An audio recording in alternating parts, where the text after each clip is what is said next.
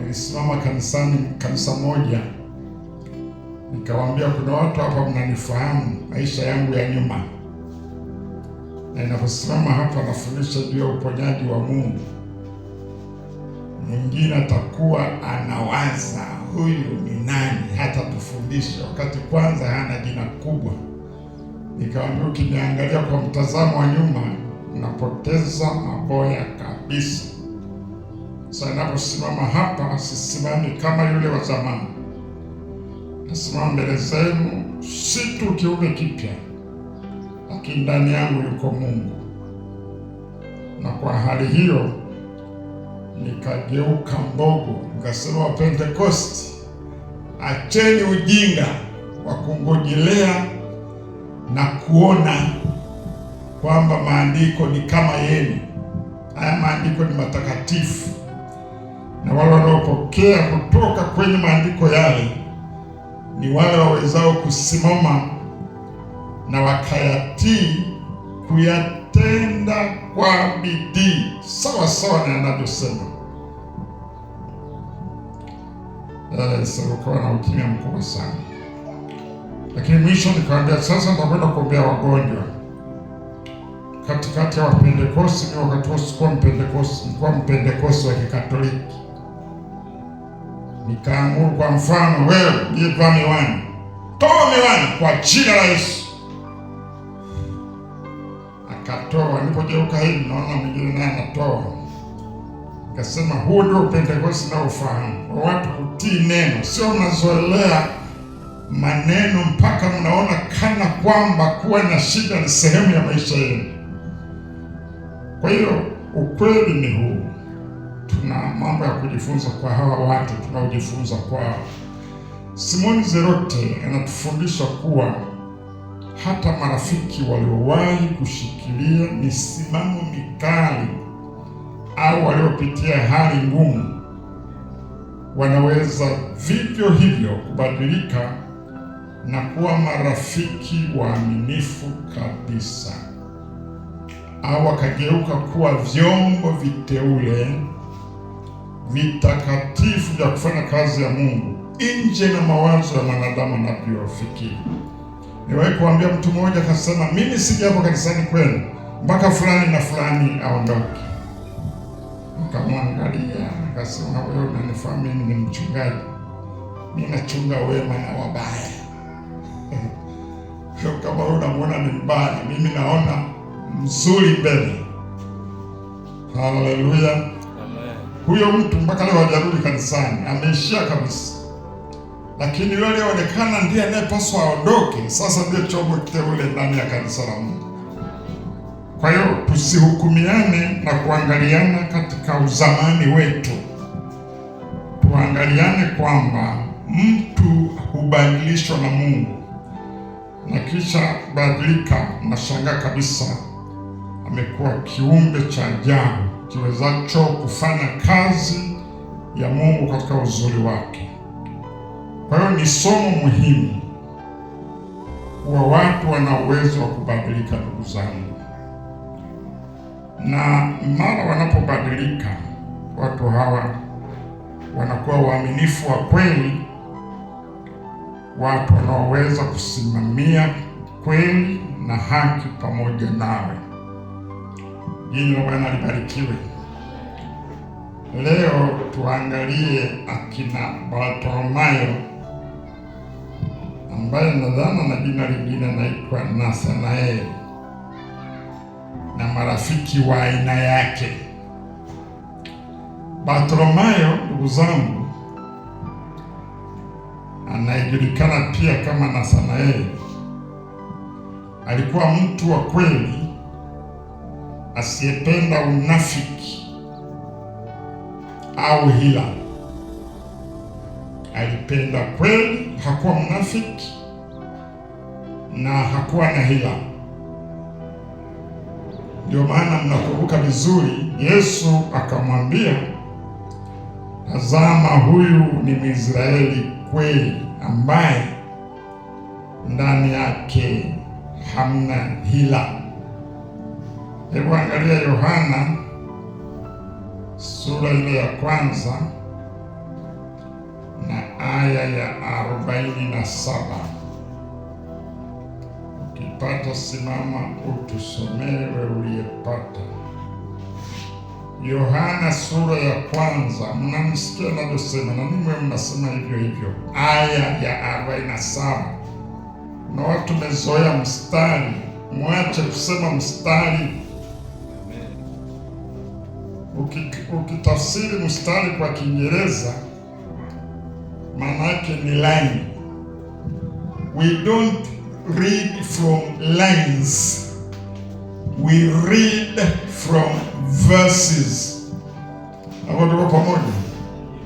Kwa Kiswahili sanifu kizuri cha watu wenye kufahamu na elimu nzuri kama mimi hapa, tunasoma kutoka kifungu au sura, aya ya aya. Tusomee.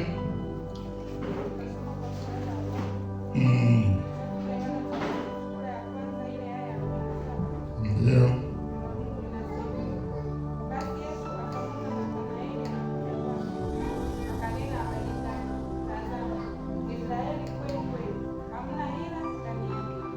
Naona huyo mtu anayekwenda kujifunza juu yake na marafiki wa aina hiyo. Yaani sisi kuanzia sasa tuwe Wayahudi kweli kweli, tusiwe na hila, tusiwe na unafiki. Maana sisi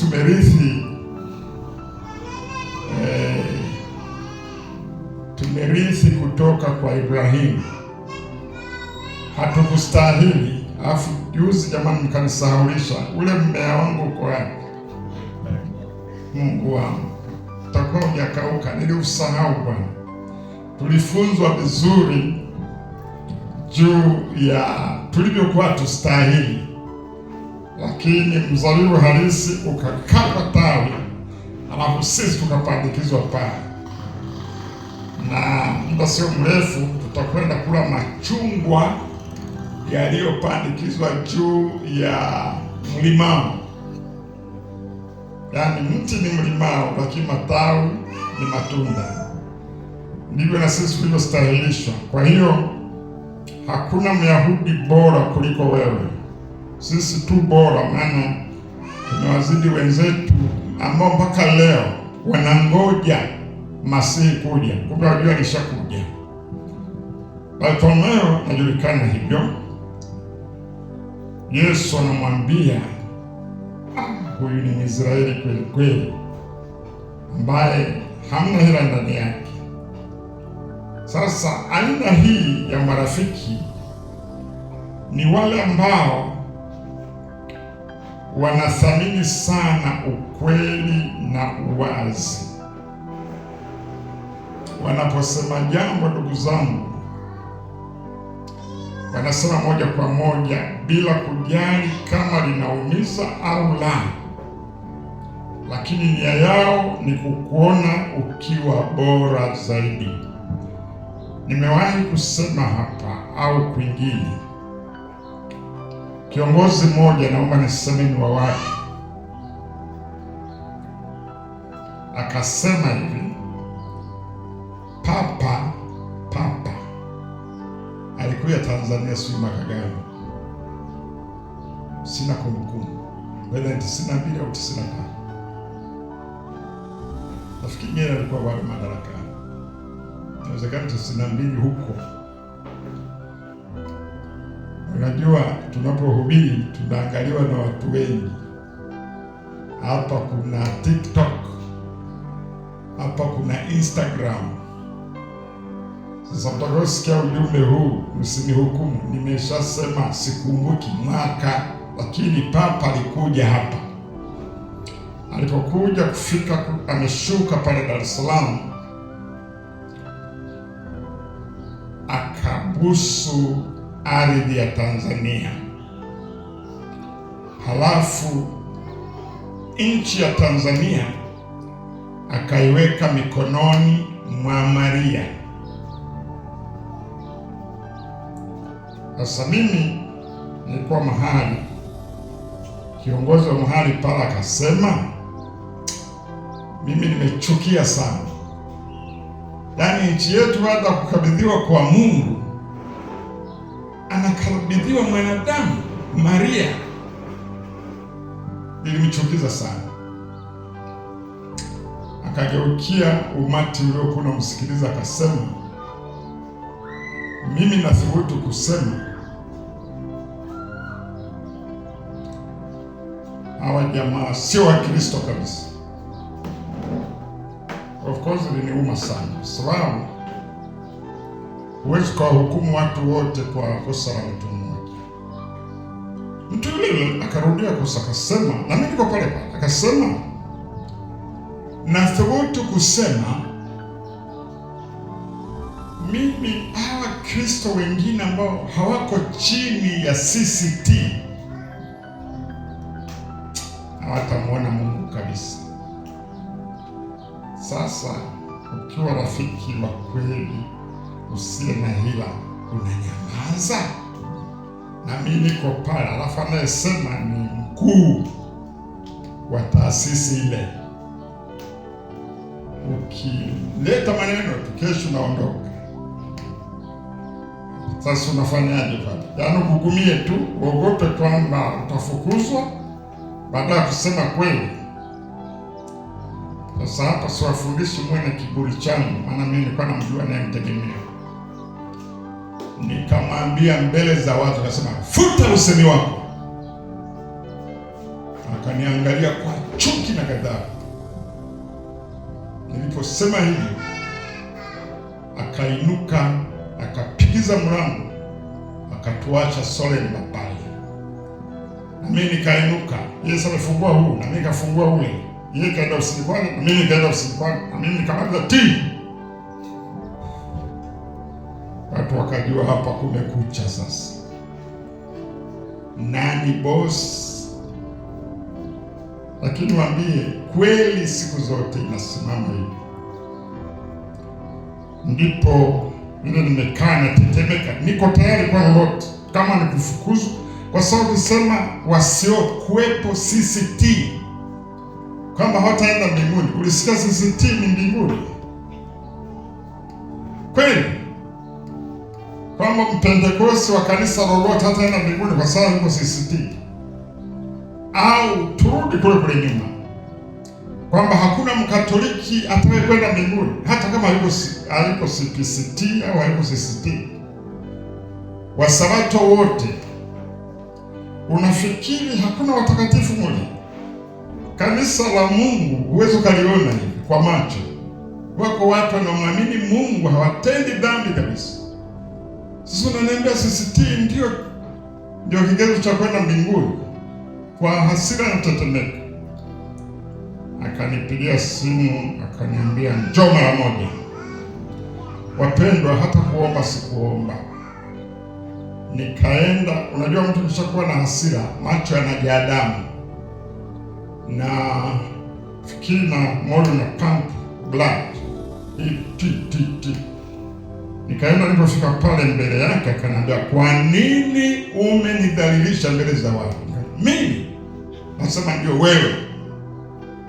Nikamuuliza kwa lipi? Akasema kwa nini umenikemea? Kumbe ni hilo. Nikamwambia mshukuru Mungu kuwa na watu wa aina yangu, kwa sababu pale ulimwaga maji, na ukimwaga maji ndugu, unajua hayazoleki. Kwa hiyo ulistahili upigwe pale pale mbele za watu, maana utalirekebishaje jambo hili? Unaangalia kama mnajua jogoo akitaka kupigana huwa hizi nywele zinasimama, alafu wanafanya namna hii. Mwisho akakuta sina kuyumba, akaniambia omba. Hebu niambie unaombaje katika mazingira haya? Lakini Mungu amenipa ujasiri. Nikasema, Mungu Baba, ninakushukuru mno kwa sababu mkubwa wangu huyu ana neema isiyo ya kawaida, kuona kwamba anaweza kawa na mtu kama mimi niwezaye kusimamia zamu yangu, kumrekebisha pale anapokengeuka. Baba, katika jina la Yesu Kristo mwana wa Mungu aliye hai, nisaidie siku zote atakapoona mazungumzo niko kimya, ajue amefanya vizuri. Atakapofanya vibaya, unijalie neema hii kuendelea kumsaidia ili akauone utukufu wako, katika jina la Yesu Kristo, amen. Tukapeana mikono, nikarudi ofisini. Wafanyakazi wanangoja watafukuzwa. Wengine wakashindwa kuvumilia, wakaja wakaniambia, leo umempiga nyani bila kumwangalia usoni. Niliwafurusha na ndio ondokeni hapa. Mbona ninyi hamkusema? Mnanigeuza mimi kuwa Yesu wenu tena? Cheni upuzi wenu hapa. Hawajui linaloendelea.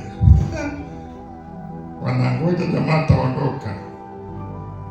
Yule mkuu alikuja kuniacha, nikaendelea na kazi hadi Mungu aliposema imetosha. Ukweli ni huu: tusipokuwa na hila, tutakaposimamia zamu zetu, Mungu anakuwa upande wetu kabisa. Aina hii ya marafiki, ndugu zangu, wa kina Bartholomayo au Nathanaeli, ni wale ambao wanathamini sana ukweli na uwazi. Nikuombe jioni ya leo, siku zote uwe mkweli na mwazi. Wanaposema jambo, wanasema moja kwa moja bila kujali kama linaumiza au la, lakini nia yao ni kukuona ukiwa bora zaidi. Hatimaye yule baba alikuja kawa bora kabisa, akawa na ulinda moyo wake na mawazo yake mbele za watu. Watu hawa wana sifa zifuatazo: huwa wanasema ukweli. Hiyo ni sifa ya kwanza. Wanasema ukweli hata kama ni mchungu.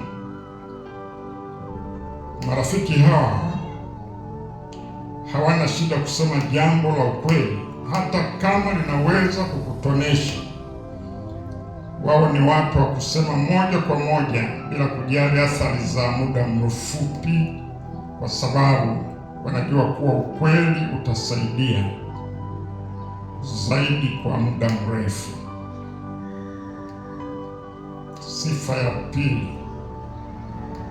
mara nyingi watu wa namna hii ni waaminifu sana.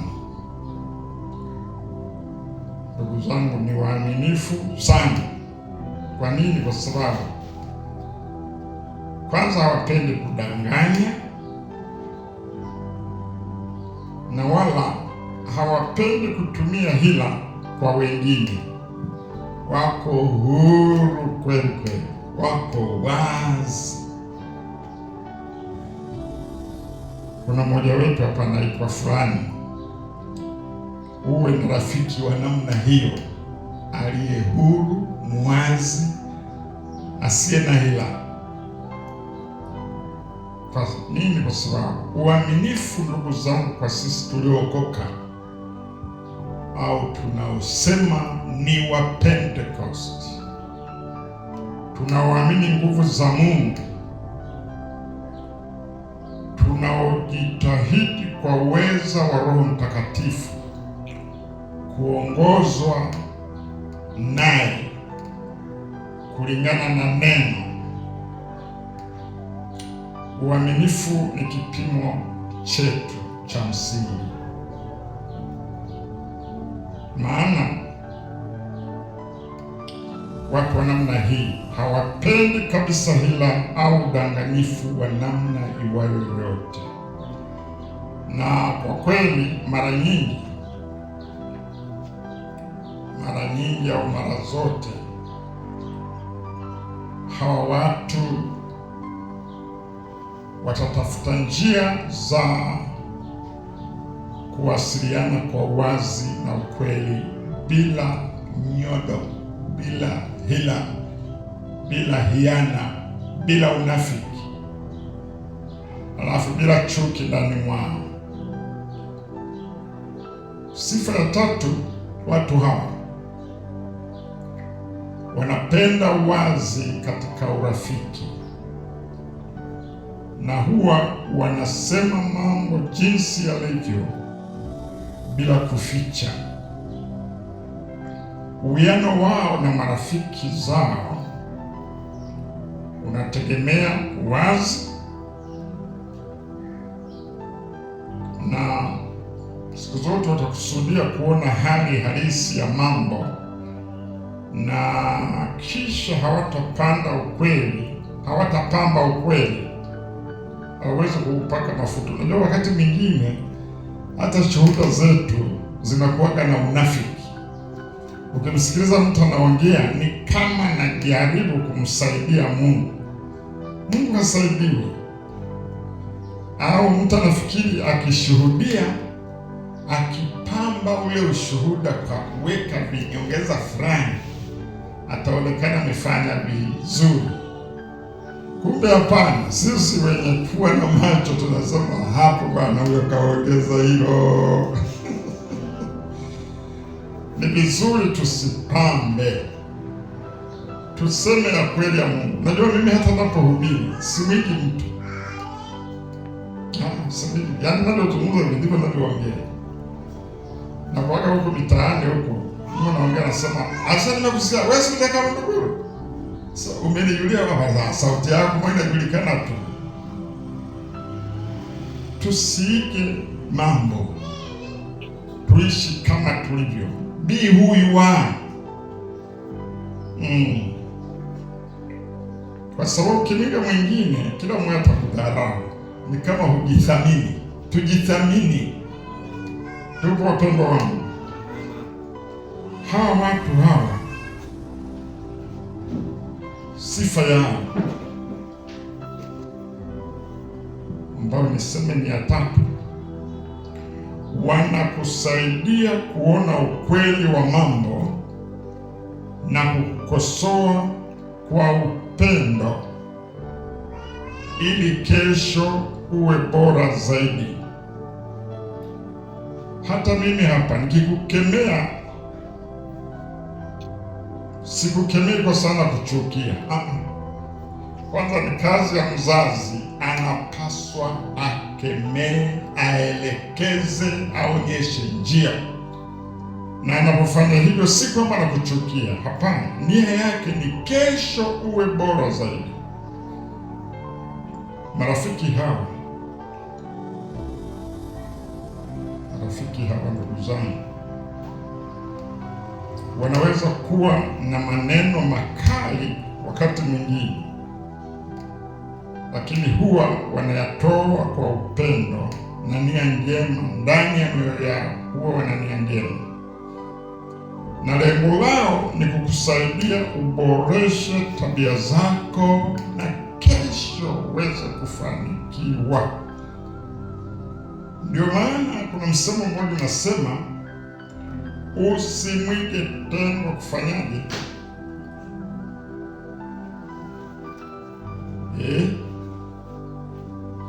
Na mnajifanya watakatifu sana kwamba wewe kusema usimwige tembo kunye, na vinginevyo utakasuka msamba. Sasa mimi ni rafiki wa kweli, maana nasema kweli, sifichani. Mimi ndo wafundisha kwa wa kweli, au mnaanza unafiki wewe, na niangalia kama wakuja. Na mimi nilisahau inamalizwaje. Sio kweli. Kama mimi inamalizwaje?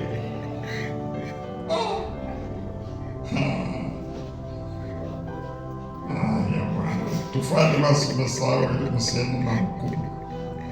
Lakini wafundisha, mseme kweli. Unajua wazungu mimi nawapenda sana.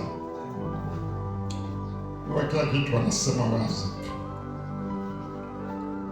Anapoongelea mambo ya Anas, anaongea. Lazima nikisema Anas kwa Kiswahili, nitasema mchungaji wa wafya sana. Nachanganyikiwa. Sasa mimi na wazungu tunatofautiana. sina tofauti na wazungu. Tofauti yangu mimi ni wazidi kwamba nimeokoka. Yes. Of course na wao kuna wale waokoka wasiwezi kuwazidi. Sehemu zingine naitwa mzee tobo wa tobo. Maana yake ni nini? Umeona marafiki tulioanza nao akina nani wa kwanza hivi? Ndio aliyemsaliti Yesu. Yuda. Tukaja kwa kina Petro. Kila mtu ana sirika zake na namna zake. Huwezi ukaiga na mwenzako. Lakini hao wote tuliowataja, unashangaa na wewe uko miongoni mwa hao. Sasa mimi naogopa kujitaja sana. Sasa kasema kiburi. Nafikiri mimi na Bartimayo tunaweza tukawa ndugu moja. Sijui kuficha kweli, wala sikuangalia sura. Ninaposema nasema kabisa moyoni, yani Mungu anasema wholeheartedly, yani kwa moyo wangu wote. Ndani naona nikimwaga furaha yangu kwako, kwa jinsi ambayo wewe huwezi ukaipresent hivyo. Mimi na uthubutu, wewe huwezi. Maana wewe sio mimi na mimi sio wewe. Tuko pamoja wapendwa. Amen. Marafiki hawa wanaweza kuwa na maneno makali wakati mwingine, lakini huwa wanatoa kwa upendo na nia njema kabisa, kwa lengo moja, kukusaidia uboreshe tabia zako na kesho uweze kufanikiwa. Dalili za rafiki wa aina hii ni hizi zifuatazo. Kale tumeona sifa zao. Sasa dalili za kuweza kujua huyu ndiye: moja, hawapambi maneno yao. Watakuambia mambo jinsi yalivyo. Kama unafanya makosa, hawataogopa kukuambia ukweli huo. Wewe unafanya kosa, na wafanyao haya hawaendi mbinguni. Mimi kwa sababu ya neema, kwa sababu ya neema nilionayo, naweza nikakwambia kabisa, wewe wahovyo sana, hufai, mpuzi mkubwa. Jaribu wewe ufanye hivyo. Kesho mtu aje kanisani, mimi kesho utakuja wewe mwenyewe hivi. Sasa ile neema ya Mungu juu yangu tofauti na neema yako. Dalili ya pili, hawa watu ndugu, wana tabia ya kuwa wazi. Hawa marafiki hawafichi hisia zao au maoni yao juu yako. Kwa nini? Kwa sababu wataonyesha kwa wazi wanavyokuhisi bila kuficha. Dalili ya tatu, wanakutakia mema kwa kukupa maoni ya kweli, hawana longolongo. Wanakupa maoni na ushauri ambao ni wa kweli kabisa, maana nyuma yake hakuna hila. Na lakini hata kama ni mchungu kiasi gani, watakwambia kwa sababu wanataka ufanikiwe na kubadilika kuwa bora zaidi ya jana. Dalili ya nne, hawapendi undumiakuwili. Na hiyo hamwelewi maana undumiakuwili. Naelewa undumiakuwili na mwenzako. Nuru ya rohoni, na wewe unaelewa. Hawapendi undumiakuwili. Undumiakuwili ni unafiki. Yaani unanichekea lakini huku naifanyia mbaya sana.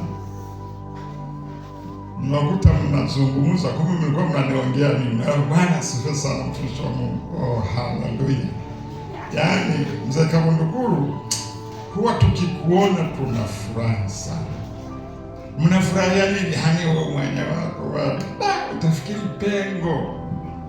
Sasa moja niwape mgongo.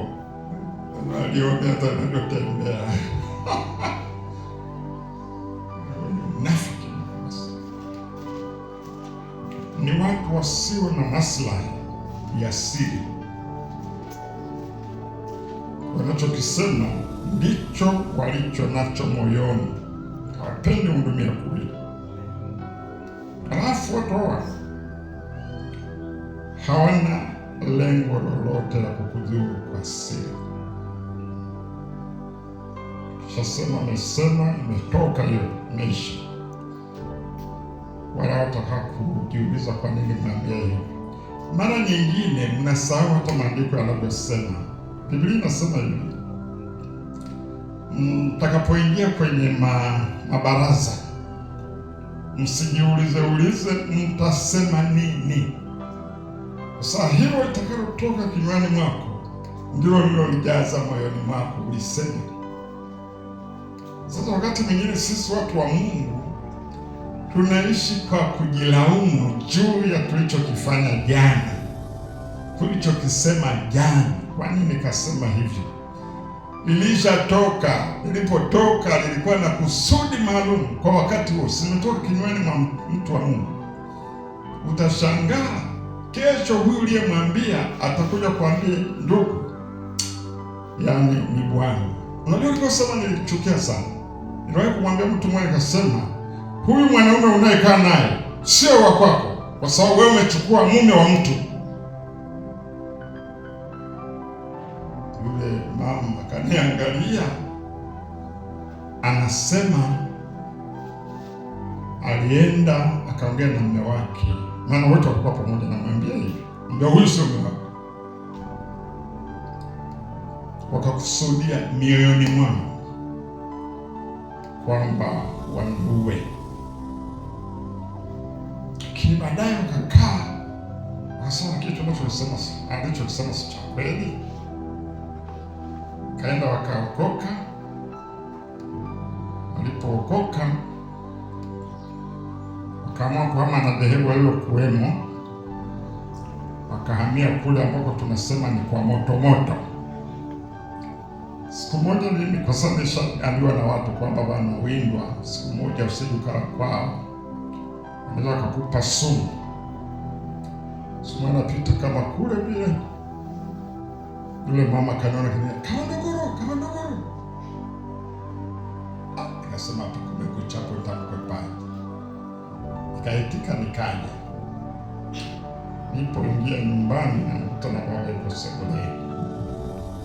Nikakaa kwenye kiti ambacho kukitokea rafsha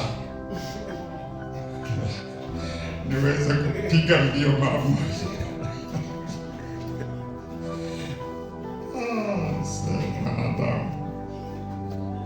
Ile wakananda, mzee Kabunduguru, sisi tuko mbali, sio vile unavyotufikiria. Bado kuna yule mwanaume akasema, sisi tumeamua kabisa kuokoka, weka na hilo dini lako. Sisi tumeshaamua na kubatizwa katika maji mengi. Kwani mnakoma? Kwani na ndoa yenu je? Wakasema tulia. Baada ya muda ndio ananishuhudia kwamba kwa kweli uliotuambia ni ya kweli, tumeyafanyia kazi na hatimaye wameachana, kila mmoja na njia yake, wanamtafuta Mungu wao. Marafiki wa aina hii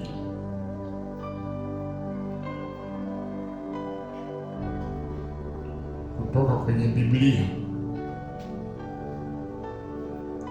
ni Bartimayo tuliyemwona Nathanaeli katika Yohana 1:47 tulishasoma. Nathanaeli huyu Bartimayo alikuwa mkweli sana, kiasi kwamba hata Yesu mwenyewe alimtambua kuwa mtu asiyekuwa na hila au unafiki. Uaminifu wake ulimfanya awe rafiki wa dhati kwa Yesu na kwa wengine. Swali, na wewe je? Ni mtu wa namna hiyo? Marafiki ulio nao ni wa aina hiyo, wa kweli, sio wanafiki?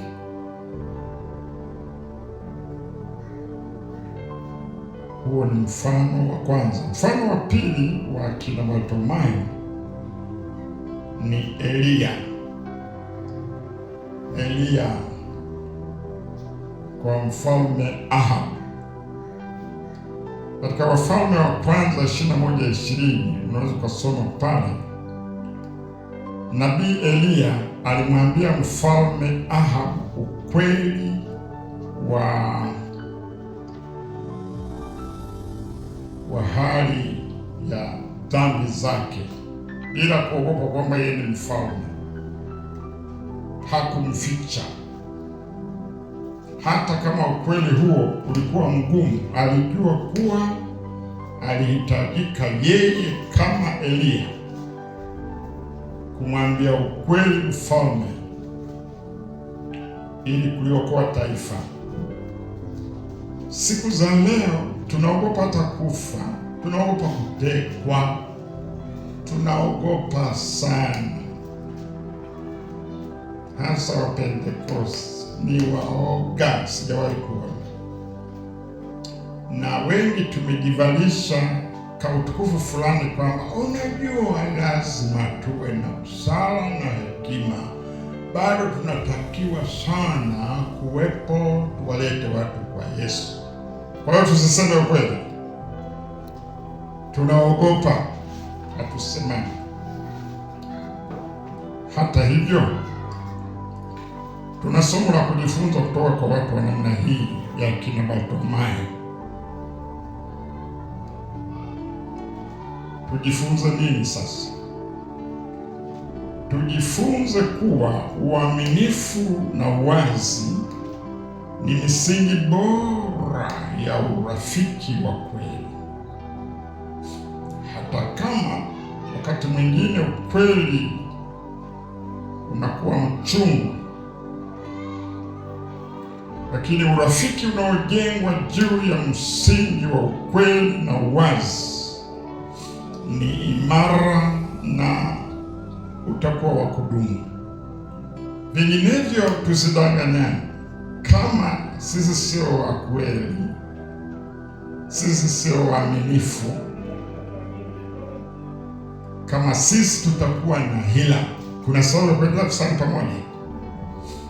Hakuna sababu. Hakuna sababu. Kwa sababu rafiki wa kweli ni Mkristo wa kweli, awezaye kusimamia kweli hii bila hila. Hana hila ndani yake. Tumwombe Mungu jioni ya leo tuweze kuwa na neema hii ya pekee, kuwa wa kweli, kuwa wa wazi, ili urafiki wetu au kanisa letu la Kingdom liweze kusimama katika misingi iliyonyooka, isiyo na kupinda pinda, bali utafuteni kwanza ufalme wake na haki yake,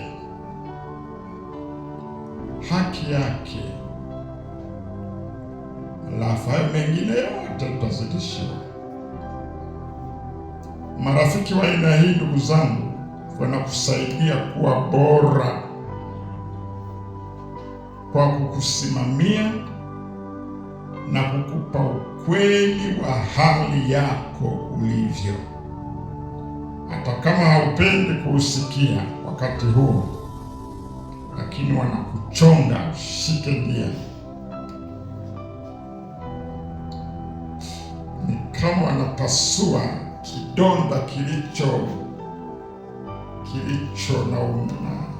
na usaha, alafu na kiminya mpaka yale mausaha yanatoka na kadamu kafuate pale, alafu anakutia nini, kusafisha, weka dawa pale, alafu anafunga na bendeji. Ukiondoka mbele za yule kwambia ukweli, unaondoka na ghadhabu. Kwa nini naambia mbele za watu? Ulitaka tukwambie mbele ya nani? Biblia inasema kila linalosemwa lisemwe kwa ushahidi wa watu wawili au watatu. Sasa wakiwepo wengi si bora zaidi. Tengeneza mapito ya Bwana. Lakini pia usidhani hao watu hawana hekima. Wana hekima. Na yule mtu nimemwambia kweli, nikampasulia kweli mbele ya watu wake, badala kuja kunipenda akataka niwe naenda naye kwa ndugu zake wasiomcha Mungu, niwarejeshe kwa Bwana.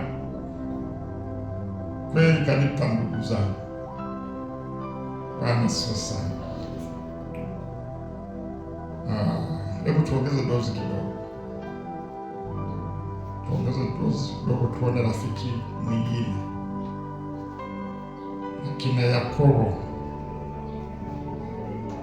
Akina Yakobo mwana wa Alfayo.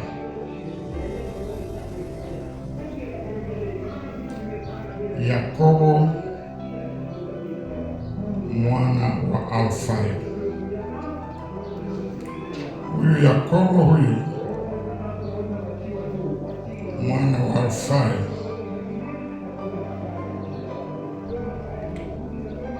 ni mtu wa ajabu sana. Yeye hakuwa miongoni mwa mitume maarufu, lakini alikuwa na nafasi muhimu kama sehemu ya kundi la mitume wa Yesu. Na aina hii ya marafiki ni wale ambao hawaonekani sana mbele za watu, lakini wapo pale tunapotaka msaada wa kweli. Ni watu wa nyuma hivi ya pazia ambao wanafanya mambo yao kimya,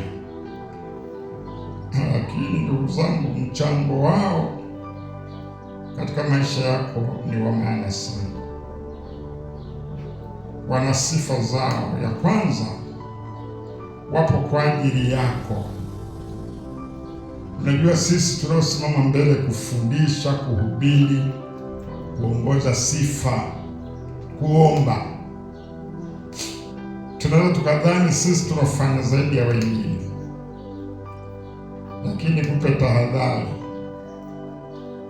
uwe na tahadhari. Unaweza ukakuta unavyofanya vizuri, yuko mama mmoja huko ambaye hata kusimama hapa hawezi, lakini anakuombea nyumbani mwake kiasi kwamba analia sana. Kwa tufanyapo kazi ya Mungu, tufanye kwa uwezo wetu wote, lakini tusije kamwe tukabeba utukufu sio wetu. Tumwachie Mungu aliyeturuhusu tufanye hiyo kazi, na mwisho mambo yote Mungu atatukuzwa. Hawaonekani sana, watu wa nyuma ya pazia wanafanya mambo kimya, lakini mchango wao katika maisha yako ni wa maana sana. Sifa zao wapo kwa ajili yako, hata kama hawajionyeshi sana. Na marafiki wa aina hii, ndugu zangu, huwa hawapendi kujionesha au kuonekana mbele za watu, lakini watu wa msaada wa kweli. Hawatakuacha wakati wa shida, hata kama hawako katika mwanga wa umaarufu. Sifa yao ya pili, wanajitolea kwa vitendo zaidi kuliko maneno. wao hawasemi mengi, lakini vitendo vyao vinaonyesha uaminifu wao. Unaweza kuwa si watu wa mazungumzo kabisa, tena mazungumzo marefu hawajui, lakini watatimiza ahadi zao kwa matendo. Siku moja mimi nilipewa kusimamia fundraising, kutumisha mfuko wa ujenzi wa kanisa mahali fulani, na wasami nilikuwa mzee wa kanisa maarufu pale. Nikaahidi nilichoahidi, na halafu mimi huyo ndio naandikisha wale wanaotoa. Niliogopa sana, nidhani nimefanya vizuri. Kabibi kamoja kenyewe kakaahidi mara 2 yangu, kimya nilijiongeza kufuta ile kwa sababu unaweza kanifika kifua kama msidone hapa, mimi ndio mwenyewe. Sio kweli, sio wewe. Yaani mambo ya Mungu ni ya kushangaza sana. Watu hapa wanatoa sadaka, alafu sisi Yesu anawaangalia hivi. Kibibi kimoja ikatoa senti 2. Hapa nasema hakika wewe ndio umetoa kuliko wengine wote. Yaani mimi nimetoa shilingi 100,000. Huyu ametoa senti 2. Wewe unaniambia kweli sijatoa? Unaona hizo hesabu za Mungu. Mungu huangalia moyo. Angalia tunayofanya nje, anaangalia moyo. Yule bibi Mungu alimuona kabisa huyu hakuwa na cha zaidi nyumbani kwake, ametoa kile chote alicho nacho. Sasa unatoa 100,000 wakati unabaki na milioni 6, kweli utajipigaje kifua kwa ametoa zaidi ya wengine? Hawa watu hawa ni watu wa kuaminiwa na huwa hawakusaliti. Wakati wa shida au majaribu, marafiki hawa wanabaki waaminifu kwa faida, yaani hawakusaliti kwa faida yao. Na daima wapo pale kukusaidia kwa moyo safi. Sikia sifa nyingine yao, hawaweki mbele umaarufu au sifa zao, bali urafiki wenyewe tu. Jamani, mimi nami ni mwanadamu, na sisi watumishi, ndugu yangu, huwa tunaanguka kwenye mitego midogo sana.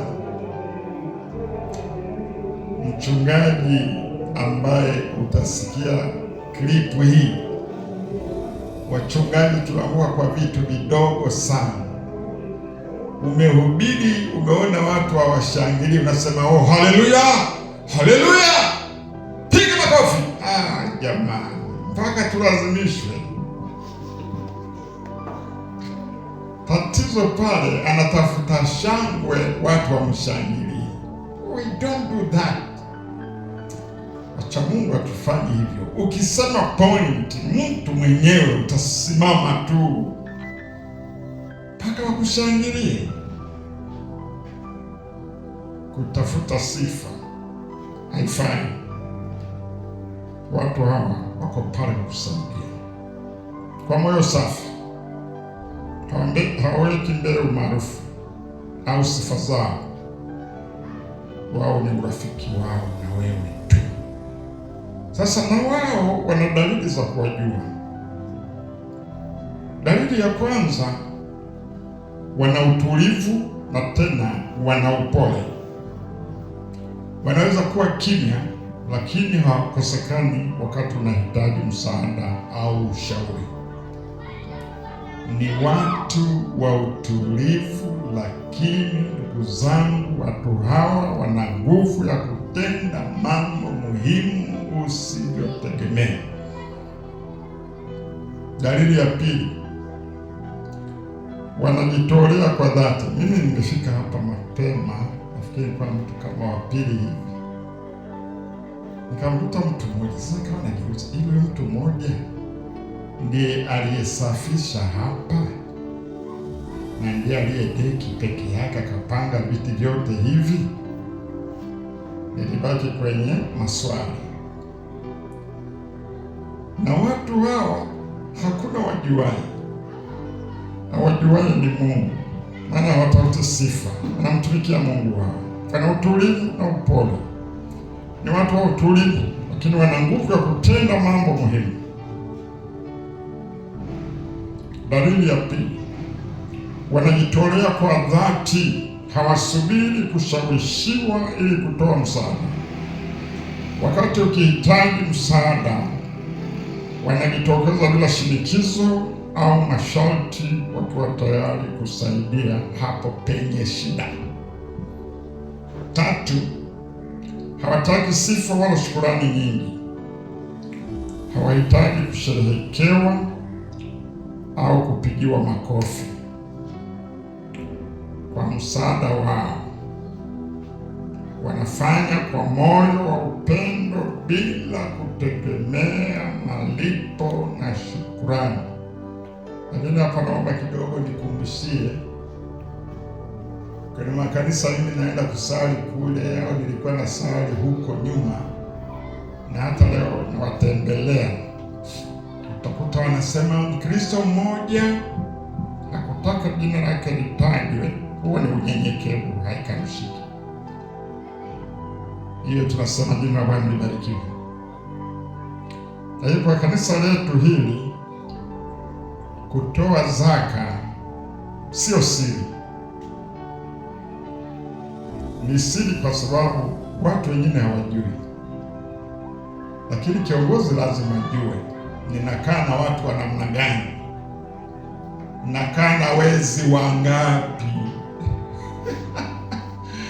Nakaa na waaminifu wangapi? Yaani tuna kipimo kidogo tu, 10%. Mbona ni kidogo sana? Yaani umepata ka 10 karufu ka Mungu, wewe 9. Nani mkubwa, wewe au Mungu?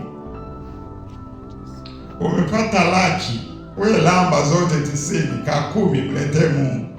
Bado mtu anang'ang'ania yote atafuna, unatafuna uhai wako mwenyewe. Hapo imekaa. Lakini hapo Biblia inasema yeye atoe kwa furaha, kwa moyo wa kupenda, si kwa shuruti. Ndio, ila lazima tuambie kweli, ni kwamba usipotoa wewe ni jinsi. Sio Bartimayo. Ya 4, hawa ndugu wanakusikiliza kwa makini na kutenda. Kwa kweli watu hawa ni wasikivu sana, na baada ya kusikiliza watakuja na suluhisho la kiutendaji linalotokana na dhamira safi ya kusaidia. Mfano wa marafiki hawa katika Biblia ni Yakobo tuliyemwona, mwana wa Alfayo,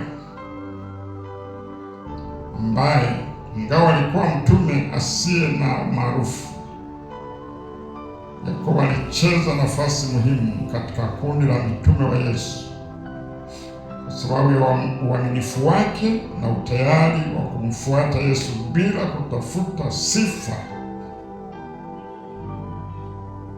Uaminifu wake ulikuwa kiashirio cha tabia yake ya kumsaidia Yesu bila kutafuta umaarufu wowote.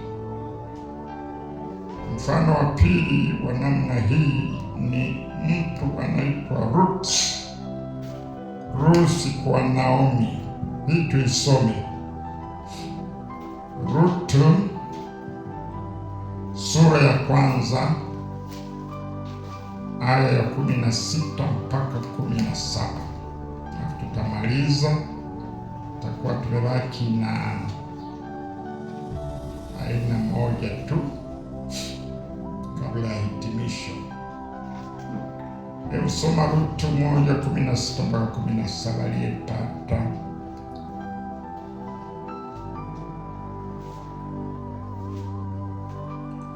Rutu iko kule nyuma ya Ufunuo. Unatafuta kama hamjui, kwani wapoteze kabisa. Rutu iko kwenye Agano la Kale, utafutaje kwenye Agano Jipya? Pentekoste, someni Biblia, sio mzilete Biblia kanisani saa za ibada. Naandika kitabu kizuri sana, nazungumza juu ya Wakristo na maisha ya kidijitali. Naandika kitabu alafu kinakunyorosha mwenyewe, naanza kuninyorosha.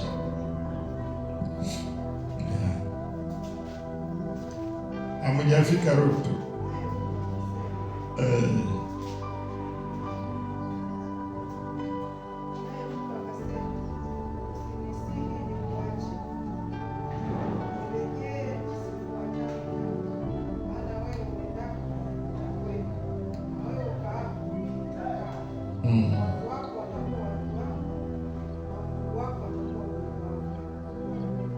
Yaani huyu ni mtu anazungumza na mama mkwe wake.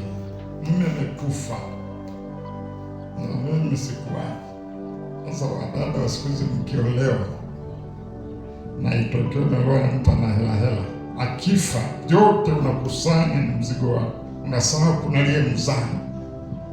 Huyu anazaa zikuachi ngo. Huyu Rutu wapendwa, alimfuata Naomi na kumwambia, popote utakapokwenda nitakwenda nawe, na popote utakapoishi nami nitaishi papo hapo. Ndugu zangu, uaminifu wa namna hii, uaminifu huu wa kimya lakini wa kweli, ulionyesha urafiki wa kipekee ambao haukuhitaji sifa, bali ulikuwa wa dhamira iliyo safi ya kusaidia mama huyu ambaye ni mjane akiwa na watoto. Akanasema, sikuachi, wewe ndiye mama yangu. Niseme na ninyi hapo, mama wa mume wako ni mama yako. Wamama mlioko hapa mnanisikia? Mama wa mume wako ni mama yako.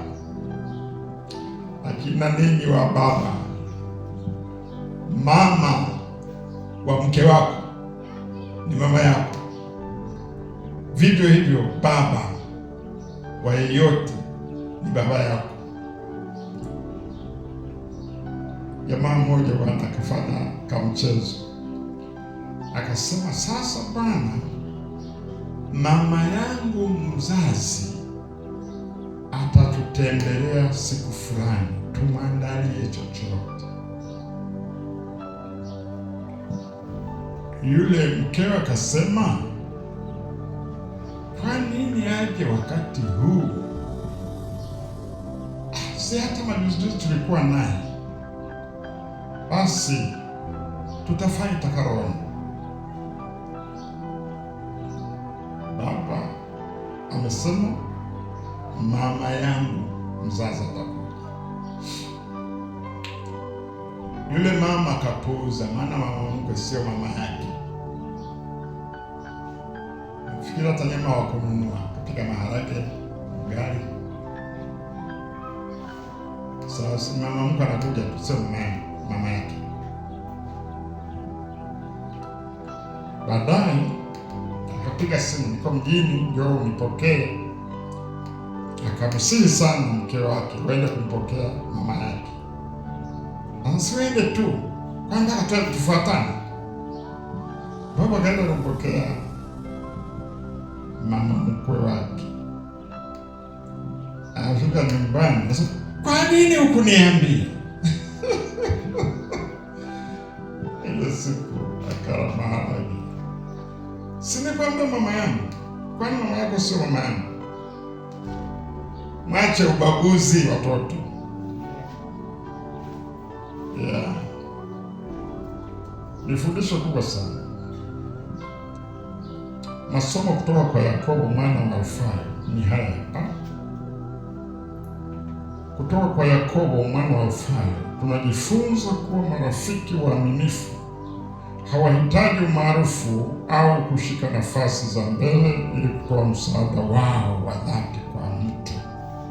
Watu hawa wanajua kuwa msaada wa kweli unakuja kwa vitendo, sio kwa maneno au sifa. Urafiki wa aina hii unaleta faraja na usalama, kwani unajua kuwa kuna mtu nyuma yako ambaye yuko tayari kukusaidia hata kama haonekani mbele za watu. Nasi pia tuwe kama ndugu hawa Yakobo mwana wa Alfayo. Tuwe na marafiki, au sisi wenyewe tuanze kuwa watu wa aina hii tunaofanya kazi kwa Mungu, si kwa sababu tunategemea kulipwa chochote. Hata hivyo, ukishamtumikia Mungu bila kinyongo nyuma yako, bila hila, Mungu ni mwaminifu hata kuacha. Kuna kanisa moja pale Dar es Salaam kubwa, nikilitaja mtajua ninasema wapi, lakini ile kanisa ni kubwa. Nakumbuka miaka ile ya 98 ilikuwa lina waumini kama 10,000 wanakaa pamoja kwenye ibada moja.